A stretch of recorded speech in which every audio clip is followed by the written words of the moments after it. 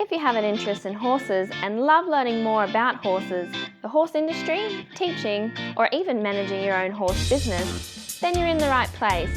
We would love you to join us on our mission, which is to improve the lives of horses around the world through the education of riders, handlers, and trainers. So get comfortable, listen in, and enjoy. This has been another episode sponsored by Online Horse College. If you haven't had a look at the wide variety of equine-specific accredited courses, then go to onlinehorsecollege.com and I'll see you over there. Today's guest at Horse Chats is Larissa Bilston from Pharmalogic. But before we even go there, I want to talk to you about our conversation today at Horse Chats and how it's been brought to us by Equitana. Equitana is now celebrating 20 years of bringing Australian horse lovers everything they love, including equine entertainment, exhibition and competition. So join us on the 15th to the 18th of November in the heart of Melbourne to witness a packed program, including the main event, full flight, dressage freestyle, the All-Star, the Way of the Horse, and an Australian show jumping record attempt which has been held for almost 39 years, as well as the best equine retail therapy with more shops than Melbourne Central. Have a look now at equitana.com.au. That website again, equitana.com.au. We'll go back to Larissa now. So Larissa Bilston from Pharmalogic, who we've had on before as a previous guest, number 120. So if you'd like to know a little bit more about Larissa, go back, listen to that episode, and then come forward to this one. Larissa's going to talk to us today about 10 things horse owners should know about calcium, oxalates, and their pastures. How are you, Larissa? I'm well, thanks. And you? Oh, I'm very well, yes. Larissa, why this subject? What's so important about this subject? Tell us a little bit about horse owners that you've come across that may not have had the knowledge and what may have happened, or just give us a bit of a background story. A lot of people are very frightened of oxalates because horses can develop osteoporosis or big head as a result of eating too much oxalate and not having their calcium and phosphorus and oxalate levels balanced. Yep. So I wanted to talk to your listeners today to help sort of reassure people that there are some good things about high oxalate pastures. They offer some benefits. And yes, it's very important that you manage your horse's nutrition properly if you do have high oxalate pastures, but it's not something to panic about. Mm-hmm. All right, well, that's good. Let's talk about it then. So the first thing we're going to talk about is whereabouts in Australia, because most of our listeners are from Australia, but gee, we're getting a bigger range from around the world. I can't remember how many different countries we're in now, but, you know, there's sort of look at the map and there's quite a few different places. So we'll talk about where in Australia high oxalate grasses grow, and you might also give us a bit of a tip where other people can find out just information about grasses in their local area. So what's that? Where do they grow within Australia? So most of the species that are high oxalate have evolved in tropical or subtropical regions. So around the world and in Australia, you can expect to find a mixture of high oxalate and low oxalate grass species in areas where horses are kept. Having said that, kikuyu is a high oxalate grass and it's very, very widespread. It's been used as a lawn grass, and it extends right down into our tropical zone, into our temperate zone. So along the coast, the entire eastern coast of Australia certainly has a lot of kikuyu in horse paddocks. A lot of ex-dairy country is likely to have kikuyu. Right down even into Tasmania and the north of the North Island of New Zealand. So whilst high oxalate grasses tend to be an issue for the people in the north, you do need to be conscious of whether or not you've got kikuyu, even if you're living down the coast somewhere or even in the southern states. Mm-hmm. Well, that sort of brings us to the second tip, which you've got about know your grasses, about knowing the main plant species that are growing in your horse's paddock and which ones have high oxalate levels. So can you talk to us about that? Yeah, sure. So it is worth taking some time to take photos of your grasses when they're in seed. It's basically a botanist will identify a grass plant more from the seed the seed head than from the leaves or the plant when it's young and short. So getting some pictures or taking some plants to your local nursery or Department of Ag or Primary Industries, even sitting down with them in front of the computer and checking out some online grass ID resources. If you just Google high oxalate grasses or grass identification, you'll come up with, there are a host of very good sites, Australian sites. So the kinds of grasses that you're on the lookout for that are high oxalate are things like Soteria. Soteria is often has often been sown cattle. So if your country used to carry a lot of cattle or still has beef cattle in the area, chances are you may have some Soteria if you're living in the north. And in the north is probably realistically north of Sydney. Buffel grass is another high oxalate grass that tends to be more in the north and in the west. So a lot of people out in Western Queensland have issues with buffel grass. Tara grass, signal grass, Pangola grass are also high oxalate grasses that tend to occur probably more in the north, maybe even up into the Northern Territory. Humidicola up in the Northern Territory is a high oxalate grass. Green panic is fairly widespread, and that's a high oxalate grass. It tends to do well on sandier country, and it's one of the grasses that really grows very quickly after rain. Mm-hmm. So there are a number of high oxalate grass species out there that you need to be aware if they're in your horse paddock. Yep.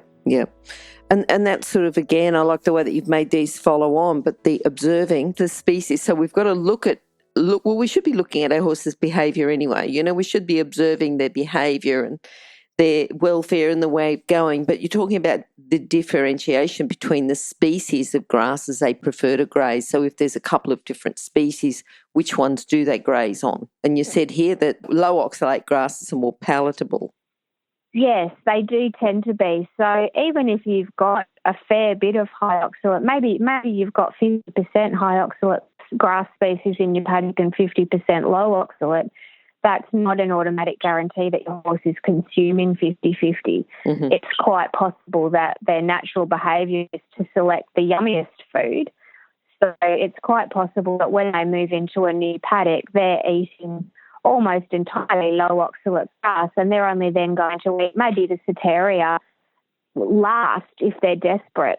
Mm-hmm. So you do have the opportunity to influence their oxalate intake by managing your pastures and your paddock rotations with your horses as well. So, yeah, you need to know your grasses, and you also need to watch the horses and have a look around the paddock and see what they're preferentially grazing and what they leave either uneaten or they eat last. All right. Then the next point we've got, number 4 here, is to understand what oxalates are and why they're problematic in horse pastures. So what really happens in the gut stew?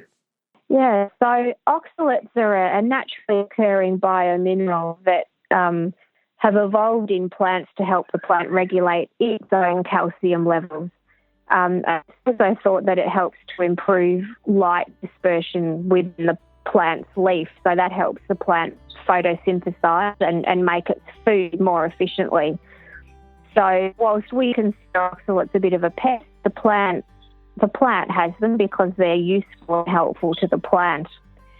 So what the oxalates do, both inside the plant but also in the gut stew, after the horse has consumed it, is that they bind calcium.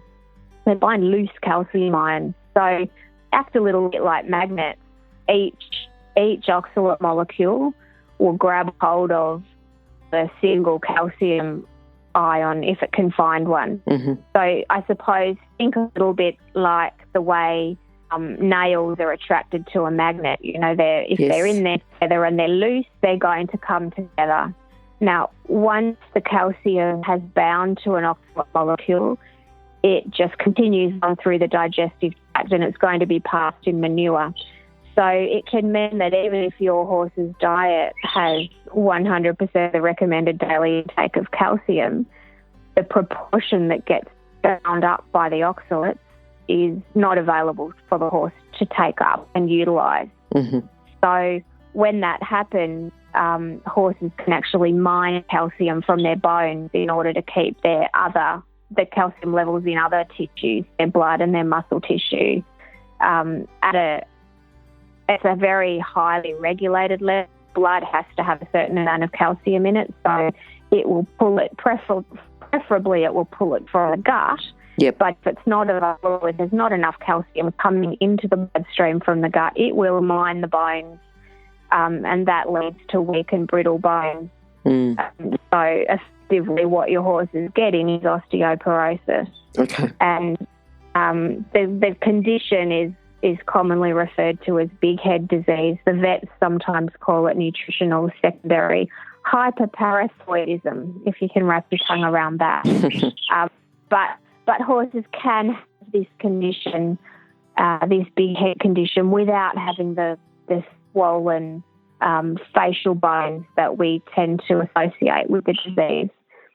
Okay. How can we recognise it? I mean, because if a horse has got, just the signs of big head, how do we know when our horse needs that extra calcium before we even get to that stage? Can we test, or how do we know that? That's a difficult problem. The vets do have trouble offering it as a definitive diagnosis. Mm-hmm. They can measure hormone levels, but that won't necessarily pick up the problem, depending on how far down the track the disease has progressed. So there are lots of signs to look for: a shifting lameness, a dull coat. They're not easy signs to pinpoint. So I guess it means that the responsibility comes to us as owners. If your horse is likely to be eating a lot of high oxalate grass, then you are going to need to provide extra calcium to counter those oxalates that are eaten. Something else to bear in mind is that the amount of oxalate that your horse is eating can change over times of the year. So we've already talked about how they may not be choosing to eat high oxalate grasses, but if they do, the levels of oxalates in those grasses will vary depending on how old and mature the plant is, so what its stage of growth is, as well as any plant stress levels. So the amount of calcium in the plant, it also affects the risk level of a high oxalate plant in terms of horse health. Okay. Yep. So it's not simple, it's not straightforward, and I think that's probably a part of the reason why we get so concerned about it. So if we talk about the calcium supplements, then we move on to that. I know you've got an interesting fact about some scientific studies. You want to talk about that? Yeah, there's a bit of a myth abounding at the moment that horses have to have chelated calcium to avoid big head. But my fact is that scientists have known since the early 1980s, and probably at least a decade earlier, that if you feed inorganic sources of calcium, you can successfully prevent and control big head disease in horses grazing high oxalate pastures. A lot of the work in this area was conducted by Mackenzie and his colleagues in Queensland in Australia. So the basis of their work is that, first of all, we feed the oxalates that the horse is consuming. So we're going to feed calcium to the oxalates to shut them up and keep them quiet. They can have their calcium pass through the gut, and we'll just ignore those. And then we put enough calcium into the diet for the horse to utilise so that it can be absorbed into the blood and go around and do its thing. Okay. So, you'll sometimes hear that horses who were fed an inorganic source of calcium, like limestone, still develop big head, but you don't ever really get told were they having enough lime. It takes a lot of white powder, whether it's limestone, an inorganic calcium, or whether it's an organic chelated calcium, it just takes a lot of white powder to go into a horse to counter the oxalate levels for a horse who is on basically just a pasture diet. When they're eating a lot of hard feed, when they're fed low oxalate hay, that has an impact obviously on the amount of oxalate that they consume. Okay. Now the chelated forms of calcium, are they 100% absorbed or not? No, Okay. they're not. Mm-hmm. Again, there's a bit of a flying around that organic or proteinate chelates are 100% absorbed, but this simply isn't true in horses. It's not true for any of the published literature relating to chelated calcium in horse nutrition, but also other minerals as well, not just calcium. So there's some research out there that shows that the uptake of a calcium proteinate is similar to the uptake of calcium carbonate, which is the scientific term for limestone. Okay. And when calcium chelate costs a few dollars a day to give enough calcium to the horse, compared to a few cents a day when you're using the limestone, that is pretty important on the owner's hip pocket. Yes, definitely. We do want to talk, a lot of our listeners are owners and do have to worry about the budget for keeping their horse, so everything there is important. Yeah. Mm-hmm. And just while we're talking about organic and inorganic, I always like to just throw in the fact that don't be confused with minerals when we start talking organic, that they're natural and lovely and non-toxic. They are non-toxic, but they're not natural. They've actually been manufactured in a laboratory, so it's a chemist word, organic, rather than the one that's used in more general use. Okay. So really, it's the inorganic minerals that are naturally occurring because they're coming from the ground. Okay. If you're an equestrian coach or a horse riding instructor, or even if you aspire to be one, have a look at the free video series for horse riding instructors on the Horse Chats website. Go there now, have a look, horsechats.com. Now, calcium source, which one should we choose then? Yeah, okay. So the problem that we're really facing here is how are we going to get this grass-fed horse to eat a whole lot of white powder so that we're able to provide enough calcium to keep the horse healthy when it's consuming oxalates. It's difficult no matter which way you go.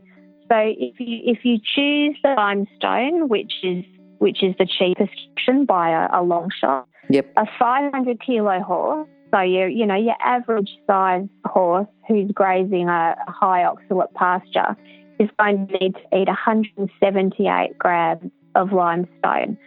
And bear in mind that limestone is 34% elemental calcium, so that is the most concentrated source of calcium that we have in a compound. Mm-hmm.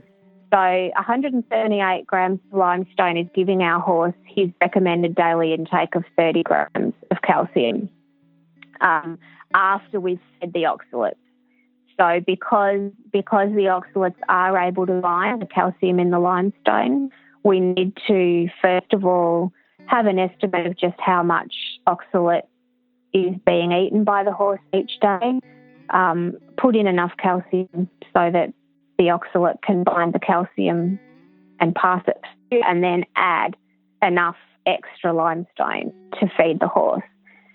So if we don't provide that extra calcium to feed the oxalates, the horse's body would begin to mine 40 grams of calcium from its body stores every day to maintain the necessary blood calcium levels. So that's obviously a situation we want to avoid, and that helps us understand, I guess, how we weaken bones if we're not providing the extra calcium to feed the oxalates as well as feeding the horse.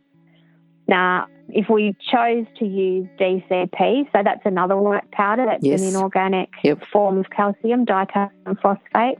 If we chose to use that, because it contains less calcium than the limestone, we'd need to be feeding over 300 grams a day to meet the requirements of a 500 kilo horse grazing high oxalate pasture. Yep.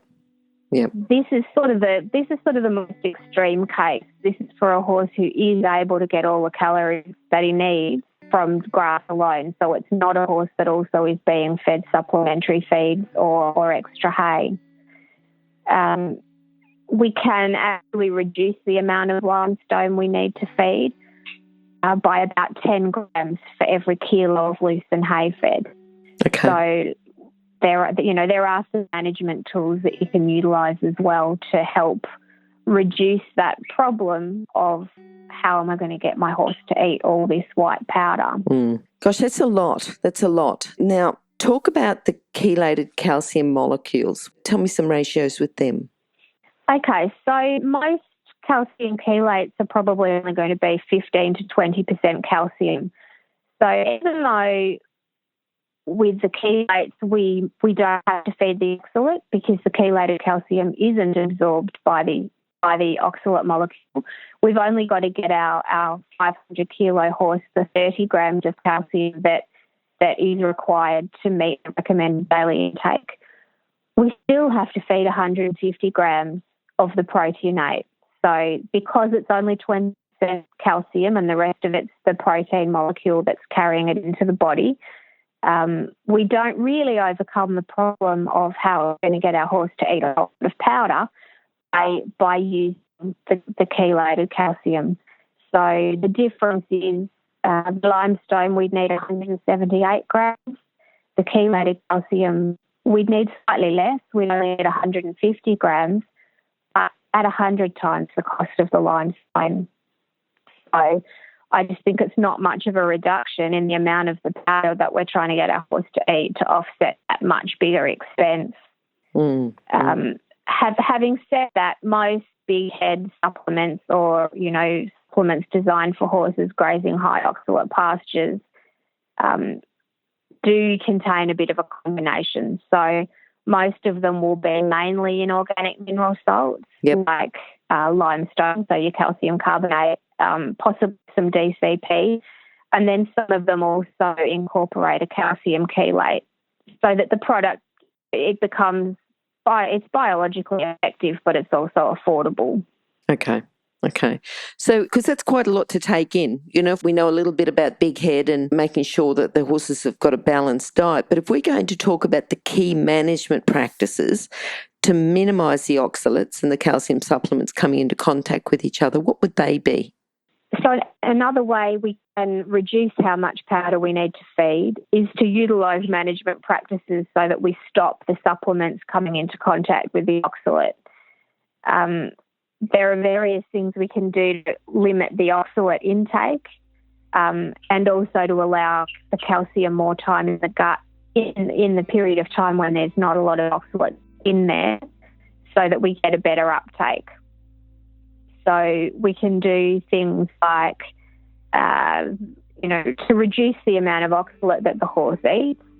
If we provide some hard feed to that horse, because he's pretty much only going to eat 2% of body weight per day, the more hard feed that's fed, the less grass is going to be eaten. Also, the more low oxalate alternative forage that we can provide, I guess that's normal to be in the case of hay, the less grass the horse is going to eat. So both hay and grass can be used to reduce the amount of grazing. That's not going to work under all situations or times of the year either. So what else can we do? Let's think about how we can put some time and distance between the oxalates and the calcium supplements in the gut.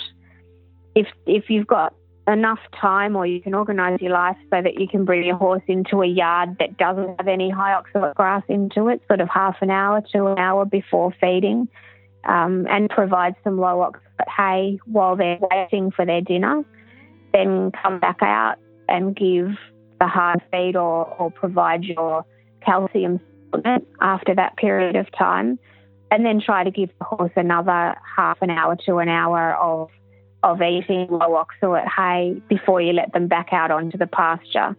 That's a good way to physically separate the oxalates from from the calcium while it passes through the portion of the gut that uptakes the calcium. Yep. And if you choose lucerne hay as a part of that strategy, so, it might not all be lucerne hay, but if they're getting some lucerne hay before and after their calcium supplement, that means that you actually need to feed less calcium supplement as well, because a kilo of lucerne hay is going to contain around about 10 grams of calcium.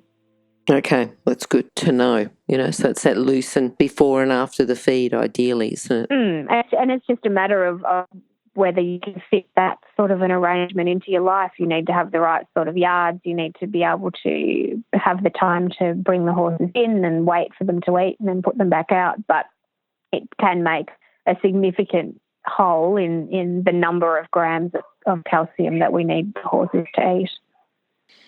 Right. I think this is one of those ones, Larissa, that, you've provided lots of information there, and some of it's just very good management practices. Some of it I might need to just go back and listen to this podcast again just to make sure that I do get all that information correct. Yeah. And I think probably a lot of listeners will too. We all want to look after our horses better and make sure that they are getting the best. And of course, we're all on a budget too, so we want to make sure that we've got that so that we can manage the ratio, the calcium phosphorus ratio, manage their diet, but work on a budget whenever we can. So, yeah, thanks very much for all that information. It's been really good talking to you again. Thank you. I hope it's useful, and I hope everyone can sort of figure out a way that works for them to allow them to utilise their high oxalate grass as well as looking after their horse's health. Now, Larissa, if people would like to contact you again, your contact details will be on horsechats.com/Larissa Bilston or /Larissa Bilston 2. But if you'd like to just say those contact details again, just in case anyone's listening to them right now. Yeah, you can always contact me through the Equine Vitamin website. So that's www.equinevitmin.com. Or through Pharmalogic, so that is FARMALOGIC.info. There'll be a contact form on there, and I'm more than happy to answer questions and help people through this technical minefield, which can be so frightening. It is a technical minefield, but we need experts like you to come along and help us through it. So thanks for offering that. I'm sure people will take advantage of that. So good to talk to you, Larissa. Hopefully we'll catch up with you sometime soon. Thanks, Glenys. Bye. Now, if you're still there, you probably know that I'm absolutely passionate about education within the horse industry. That's why I host this podcast. My other venture is Online Horse College. Have a look now at onlinehorsecollege.com and I'll see you over there. Remember that our comments and instructions are general in nature and do not take into consideration your individual horses or your individual ability and circumstances. If you enjoyed this podcast, then please leave your comment below.